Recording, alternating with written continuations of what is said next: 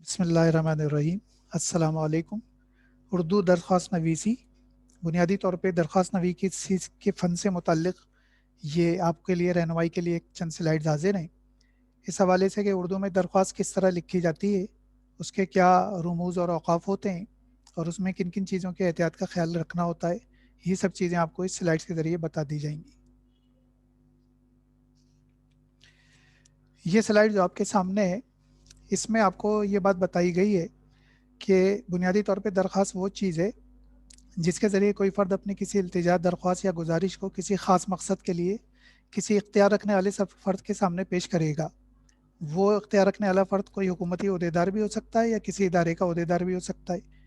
चुनांचे जिसके नाम दरख्वास्त जाएगी, उसी के लिहाज से अलक़ाब और आदाब वग़ैरह और दरख्वास्त की नौइयत होगी। दरख्वास्तें मुख्तलिफ़ नौइयत की होती हैं। हमें अपनी ज़िंदगी में आमतौर पर मुख्तलिफ़ नौइयत की दरख्वास्तों से वास्ता पेश आता रहता है। ज़रूरी है कि दरख्वास्त सही अंदाज से लिखी जाए ताकि दरख्वास्त लिखने वाले का मकसद हासिल हो सके। चंद निकात इस हवाले से याद रखने के हैं। पहली बात तो यह कि दरख्वास्त का कागज़ मुनासिब लंबाई चौड़ाई का होना चाहिए। बहुत छोटा और बहुत लंबा कागज़ नहीं होना चाहिए। कोशिश की जानी चाहिए कि दरख्वास्त एक ही सफ़े पर आ जाए, दूसरे सफ़े की तरफ लिखना ना पड़े। जिस फ़र्द के नाम दरख्वास्त लिखी जा रही है यानी वो ओहदेदार, उसके इज़्ज़त और एहतराम और उसके मुकाम को नज़र में रखना ज़रूरी होता है। फिर यह कि दरख्वास्त का मज़मून दुरुस्त हो, माक़ूल हो, हकीकत पर मबनी हो, ना कि झूठ, गलत और नामुनासिब अंदाज़े तहरीर इख्तियार किया जाए। ये सब चीज़ें वो हैं कि जो दरख्वास्त के दौरान लिखने में मद्देनज़र रखनी होती हैं।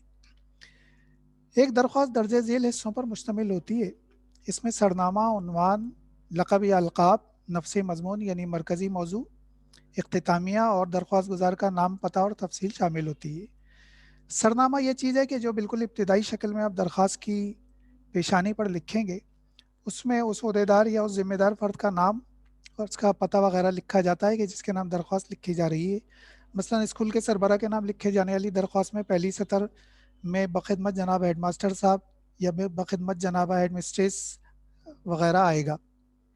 फिर उसके आगे उनके स्कूल का नाम और उस स्कूल की का पता वगैरह आ जाएगा। इसी तरह उन्वान के ज़मीन में दरख्वास्त की दूसरी सतर उन्वान पर मुश्तमिल होती है। ये उन्वानात दरख्वास्त के लिहाज से मुख्तलिफ हो सकते हैं, मसलन रुख्सत की दरख्वास्त, कर्ज़ के उसूल की दरख्वास्त या किसी दस्तावेज़ के हुसूल की दरख्वास्त। उन्वान लिखने के बाद उसके नीचे एक लकीर डाली जाती है। ये लकीर डाले हुए अल्फाज खत कशीदा अल्फाज कहलाते हैं। इसका मकसद ये होता है कि उन्वान की अहमियत दिखाना मकसद है। इसी तरह अलक़ाब और आदाब, ये हिस्सा उन्वान के बाद तीसरी सतर में लिखा जाता है।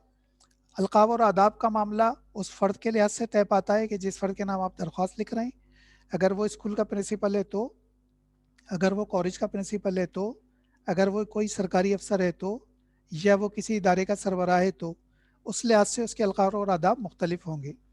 इसकी मिसालें हो सकती हैं, मसलन जनाब आलिया अगर कोई खातून है, या जनाब अली अगर कोई मर्द है। इसी तरह जनाब वाला या जनाब आलिया या जनाब अली मरतबत। इस तरह के अलक़ाब और आदाब या लक़ब लिखने के बाद एक अलामत फ़िजाइया डाली जाती है जो सामने आपको नज़र आ रही है।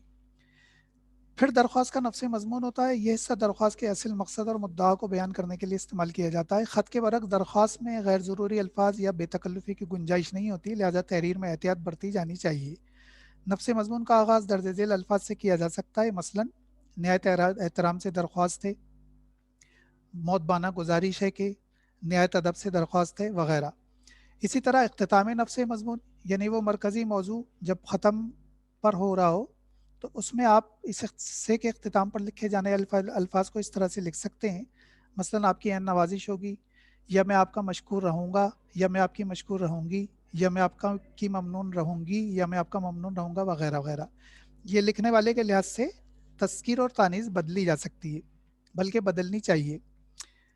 इस सतर के नीचे वाली सतर में बाएं तरफ दर्ज झेल अल्फाज में से कोई एक लफ्ज़ लिखा जा सकता है। इसकी नौइयत भी लिखी जाने वाली दरख्वास्त के लिहाज से होगी, मसलन दरख्वास्त गुजार, अर्ज़ गुजार, अलदाई, मुद्दई वगैरह वगैरह। इसी तरह दरख्वास्त गुजार का नाम और पता और तारीख का इंदराज, ये बिल्कुल गोया दरख्वास्त का आखिरी हिस्सा है। इसमें दरख्वास्त देने वाले की तफसीलात, तारीख, अगर दरख्वास्त किसी तालिब इल्म की जानिब से लिखी जा रही है तो उसकी जमात वगैरह का नाम या उसकी तफसील होती है। तारीख लिखने की जगह नाम और पते के नीचे भी हो सकती है और उसे दाईं तरफ भी डाला जा सकता है, ताहम दरख्वास्त के दाईं तरफ वाले हिस्से को खाली छोड़ना ज़रूरी होता है تاکہ متعلقہ افسر وہاں اپنے احکامات لکھ سکے۔ درج ذیل حصے میں آپ کی رہنمائی کے لیے ایک درخواست کا خاکہ دیا جا رہا ہے۔ یہ بات ذہن میں رہے کہ امتحانات کے دوران طلبہ کسی نوعیت کے حقیقی نام اور مقامات کے نام نہیں لکھتے۔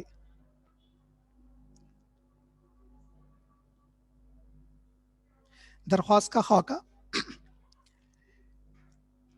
یہ وہ سرنامہ جس کے نام آپ خط لکھ رہے ہیں یا جس کے نام آپ درخواست لکھ رہے ہیں، یہ اس کا پورا نام، اس کے القاب اور آداب اور اس کا پتہ۔ اسی طرح وہ عنوان کہ جو درخواست کا مرکزی موضوع ہے آپ کا، وہ آپ لکھیں گے اور اسے خط کشیدہ الفاظ سے ظاہر کریں گے۔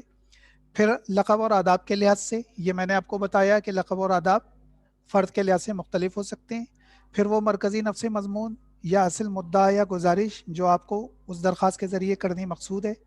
اس کے بعد پھر آپ کی طرف سے آپ رخصت کے الفاظ، یہ بھی پھر درخواستوں کی نوعیت کے لحاظ سے الگ الگ ہو سکتے ہیں۔ مثلا طالب علم لکھ رہا ہے تو فقط آپ کا طالب علم بھی ہو سکتا ہے، اور کوئی اور لکھ رہا ہے تو پھر اسی لحاظ سے لقب آئے گا۔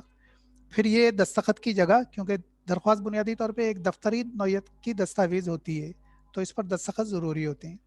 اور اس کے بعد پھر آپ کا نام، اصل درخواستوں میں ظاہر ہے آپ اپنا نام لکھیں گے، لیکن امتحانی درخواستوں میں آپ اپنے نام کی جگہ اس طرح سے لکھیں گے اور پھر اس کے نیچے اس کی تاریخ آئے گی۔